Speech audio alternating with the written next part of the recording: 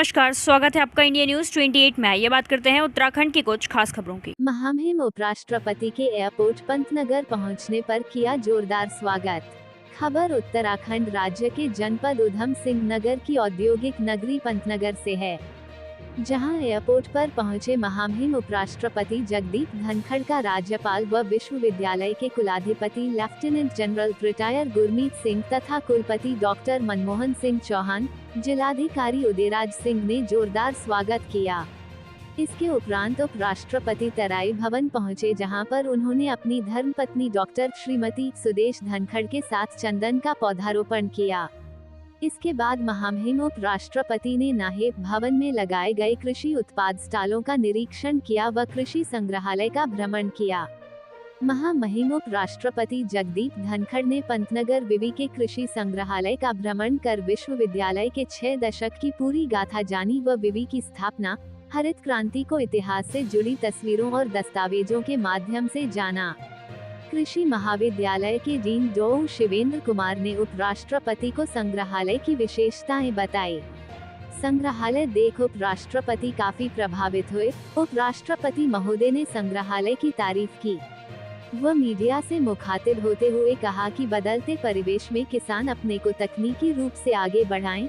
उन्होंने कहा कि बढ़ती हुई अर्थव्यवस्था में किसानों को अपना योगदान देना है, तो किसानों को 3 बातों के लिए वचनबद्ध होना पड़ेगा।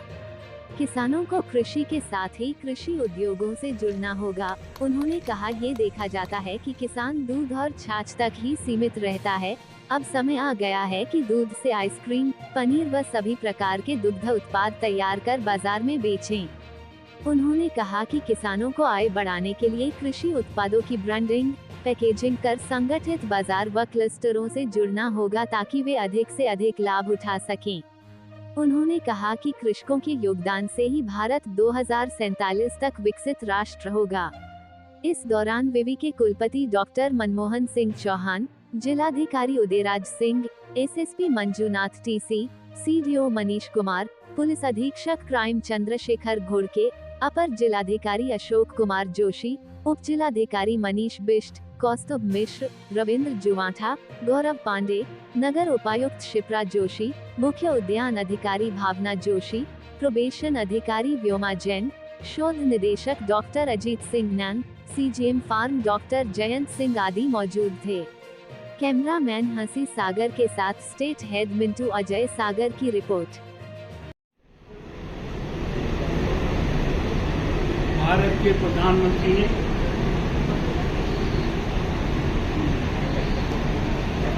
राज्यसभा में मेरा परिचय कृषक पुत्र के रूप में कराया। इस बात का सदैव मेरे को बोध रहेगा। मुझे कृषक पुत्र की पूरी भूमिका निभानी है। Indian council of agriculture research की अनेक संस्थाओं में मैं गया हूँ। पंजाब, हरियाणा, राजस्थान, उत्तर प्रदेश और यहाँ। आज के दिन सबसे बड़ी आवश्यकता है कि किसान तकनीकी रूप से अपने आप को आगे बढ़ाए, और इसकी ज्यादा आवश्यकता इसलिए है कि यदि अगर कृषि को और भी ज्यादा योगदान हमारी बढ़ती हुई अर्थव्यवस्था में देना है, तो किसान को अभिन्न अंग होना पड़ेगा 3 बातों के लिए। किसान को नजदीकी से